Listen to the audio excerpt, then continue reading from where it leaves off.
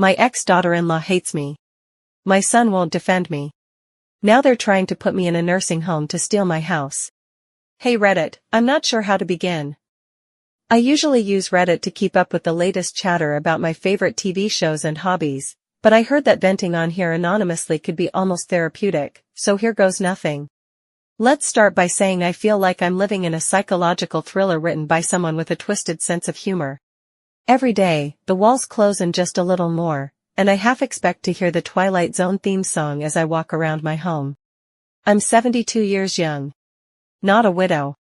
My ex ran off when our son, Jeremy, was 3. I joke that he probably left to become a magician, because he vanished into thin air and left behind only unpaid bills and one confused, adorable toddler with a head full of cowlicks. I raised that boy myself. I worked nights cleaning offices and weekends at a diner so greasy it doubled as a slip and slide. But eventually, I scraped together enough for a down payment and bought this house in the 90s. I love my home. It has charm, with its creaky porch, lopsided mailbox, and the soul of a woman who knows how to stretch hamburger helper. But lately it feels more like a haunted mansion. And Denise is the ghost. If ghosts wore those stretchy leggings and passive-aggressively redecorated. Jeremy married Denise when he was 29. She was pretty in the way TV weather girls are pretty. She has impeccable hair, aggressively white teeth, and the uncanny ability to smile while insulting you. Oh, Marnie, it's so brave of you to wear that print at your age. That kind of thing. After they divorced 5 years ago, I thought I was rid of her. They didn't have any children, so I figured I wouldn't have to see her ever again. But things didn't go that way. 2 years ago, Denise boomeranged right back into our lives, carrying a duffel bag full of designer clothes and bad intentions. She just needs a place to crash for a few weeks, Jeremy said. The day he told me this, he looked happier than I had seen in a long time. I think he secretly hoped they'll get back together. And you decided my guest room was the best choice? I blinked at him. What about her parents? Her friends? The nearest cave? Come on, Mom, he said, already halfway up the stairs. It's temporary. You can probably already guess that it wasn't. A few weeks turned into a few months. Jeremy got a job but still didn't move out. Next, Denise started redecorating my home. Suddenly, my living room looked like a West Elm clearance bin exploded. Gone were my cozy crocheted pillows and lace tablecloths, replaced by accent pieces and yoga statues.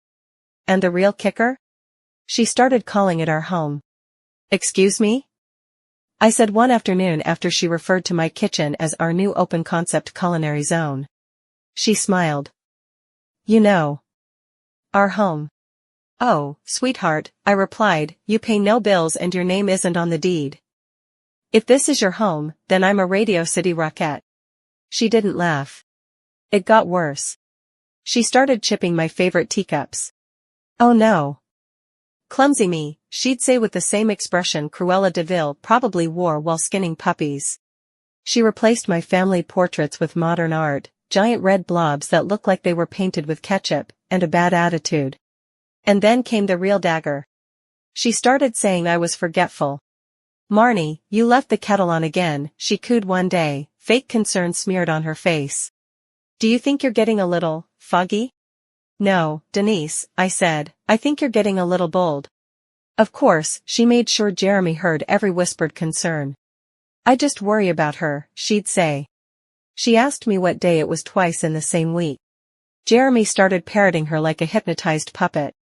Maybe you should talk to someone, Mom. You've been a little off lately. Off? I'm on, Jeremy. I've been on since 1952. Then came the incident. It was a Thursday. Trash day. I never forget trash day. I'm emotionally attached to the sanitation schedule. I was coming down the stairs, slow and steady like always, gripping the rail with my arthritis-hardened hands, when I heard thunderous footsteps behind me. Denise. She barreled down the stairs like a linebacker. I turned my head and felt her fingers on my back. Just a brush. Like the breeze before a tornado. My foot slipped. I flailed. I caught the banister so hard I bruised my entire forearm, but I didn't fall. Denise gasped, hand to chest. Oh my God. I didn't see you. But her eyes? Not wide with shock. They were narrow. Calculating. I think she was disappointed I caught myself. Did she push me? Truthfully, I'm not sure, but I felt some kind of touch on my back when she passed me. When I told Jeremy that night, he blinked at me like I'd accused his toaster. You probably tripped Mom. Denise wouldn't do that. Right. Just trip. That night I locked my bedroom door. I never felt the need to do it before, but now it feels like a necessity. Soon things escalated further. One morning the SD card from my little door camera vanished. Just, gone. Like my trust in family. Next, Jeremy hit me with it a bomb. We've been talking, he said, with Denise standing smugly behind him. We think maybe it's time to consider assisted living. I laughed. He didn't look amused. He was deadly serious. He told me he was only looking out for my best interest. He said that he and Denise had been looking into obtaining legal guardianship of me, and they had a strong case because of my so-called decline. He said I was forgetful, paranoid, and delusional. I stared at him in shock. I opened my mouth to argue, but he cut me off. We've already started the paperwork, Mom. We just wanted to let you know to give you time to adjust and get comfortable with the idea. With that, Jeremy and Denise turned and left the room. The silence afterwards was deafening. I clenched my fists and steadied my breathing. Did they think their word was the final say on the matter? I don't think so. I could have sat there and wallowed in my fate, but this old girl is spry. I wasn't going to try to reason with him. I know Jeremy like the back of my hand. It's obvious Denise has him in her back pocket again. So I started documenting. Journals.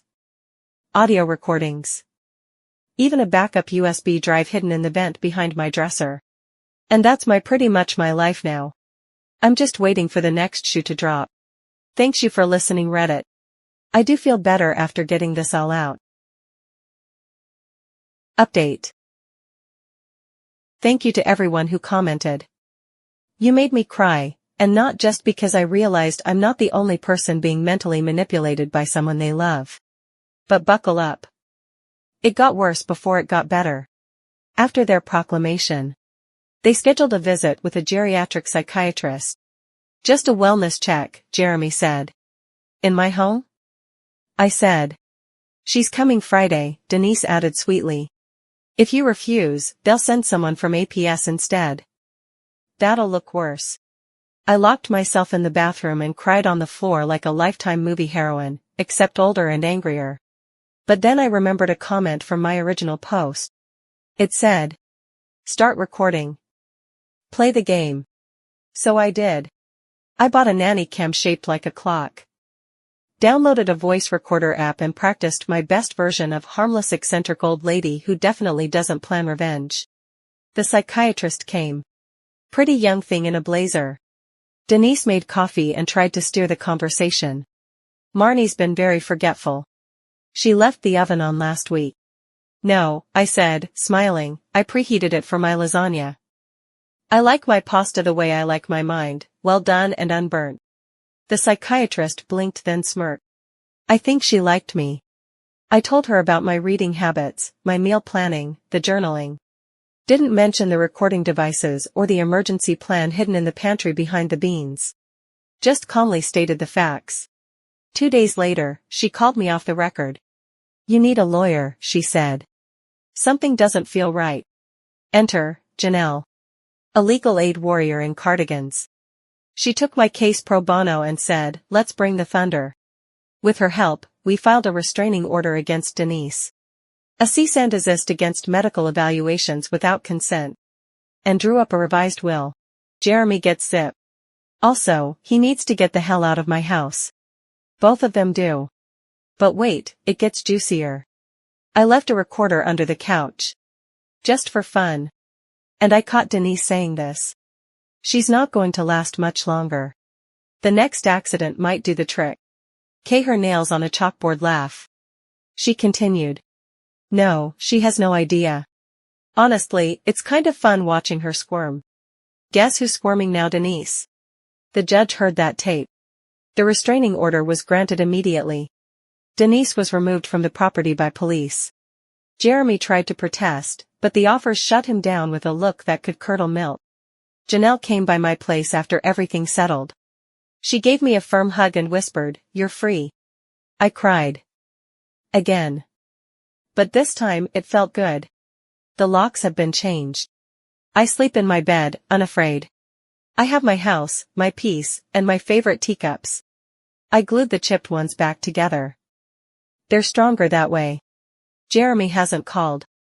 I assume he's somewhere nursing a bruised ego and a girlfriend-shaped hole in his life. As for me? I'm reading Gone Girl and eating fudge pops in the recliner I earned with 40 years of calluses. I may be 72. But I'm not done fighting. And I'm certainly not done laughing. Update 2. So I was sipping a peppermint tea, watching reruns of Columbo and thinking, wow, I finally have peace, when a manila envelope was slid under my front door. Denise is suing me. For emotional distress. And wrongful eviction. And for, I quote, intentional psychological sabotage. I laughed so hard I choked on a shortbread cookie and had to Heimlich myself on the kitchen counter. She claimed I fabricated evidence to ruin her life, that I weaponized mental illness, and, best of all, that I used surveillance devices to create a hostile domestic environment. My lawyer Janelle read the documents, raised one eyebrow, and said, "Is this a joke?" She looked genuinely confused by the impertinence of it all. Denise also included a list of demands. Let me share a few highlights. 1. A public apology, written, notarized, and published in a reputable local magazine. 2. 3 months of rent money. 4. Disruption of living arrangements. 3. My living room rug. Yes, she asked for my rug. It really ties the room together, she wrote in the claim. It's a Costco rug. It's not the Ark of the Covenant. But okay. Court day came. Denise showed up in all black like she was attending my funeral. She even wore a little veil on her hat. The only thing missing was a violinist following her around playing dramatic chords. Her lawyer looked about 18 years old and sounded like he learned law from a TV show. Your Honor, my client was systematically emotionally manipulated by this woman. This woman, I said, standing, has a name. It's Marnie. And she'd very much like to keep her rug, thank you. The judge sighed so deeply I thought we'd have to call for oxygen. He reprimanded me for my minor outburst and I quickly apologized and let my lawyer take over. Janelle, cool as ever, pulled out the audio file again. It really was the mother of all ace cards. Once it got to the part where Denise says, the next accident might do the trick. You could feel the energy shift in the room. The judge leaned forward and looked Denise straight in the eyes. Ms. Denise's last name, how exactly do you define emotional sabotage? Because it sounds like you were playing a very different game. Denise turned redder than marinara. Her lawyer asked for a recess. They left. They never came back. Case dismissed. With prejudice. That means she can't sue again. Update 3. You'd think that after trying to get me locked up and nearly enabling his ex-wife to push me down the stairs, Jeremy would vanish like a sock in the dryer. But no. Last Sunday, I was pruning my roses when I heard a car door slam. And there he was. Jeremy. Holding a sad little bouquet of gas station daisies. Mom, he said, looking sheepish. Can we talk? I stared at him for a moment. I wanted to see if I could still see a glimpse of the old Jeremy. Talk? About what? Who gets the rug and the custody agreement? He rubbed the back of his neck, just like he used to when he was 7 and broke the toaster trying to make Pop-Tarts with peanut butter. I messed up, he said. Son, you didn't just mess up. You let that woman try to commit me to a nursing home so she could redecorate and then what? You two would have complete control of my finances. He winced. She told me you were. He trailed off, struggling to find the right words. She convinced me you needed help. He finished pathetically. You mean she convinced you I was crazy while she tried to push me down the stairs? He looked down. I miss you. I miss home. I narrowed my eyes. You miss home or do you miss the free rent and the lasagna? He didn't answer. Then he asked the kicker. Can I stay here for a while? Just until I get back on my feet. I had to take time off of work to help Denise with her legal stuff. I took too much time and they let me go. I also used up all of my savings paying for that lawyer of hers. Are you and Denise still together? I asked. No, she left a couple months ago. I haven't heard from her since. I cackled. Actually cackled. A witch's cackle so loud a bird flew out of the tree. No, Jeremy. This house is full. It's full of memories, books, and self-respect. No room for freeloaders. His face crumpled like a cheap tissue. So that's it? Oh no, I said. That's not it. You're getting something. He perked up. I'm sending you a bill. 29 years of rent-free living, adjusted for inflation. He blinked. You're joking. I smiled. Am I? He left. Bouquet still in hand. I watered my roses with extra enthusiasm that afternoon. So yeah. Did it pain me to turn away my only child? Yes, it did. Was it ultimately for the best? Yes, it was. I still don't know how involved he was in Denise's plans. Did he also want to injure me? Was it his idea?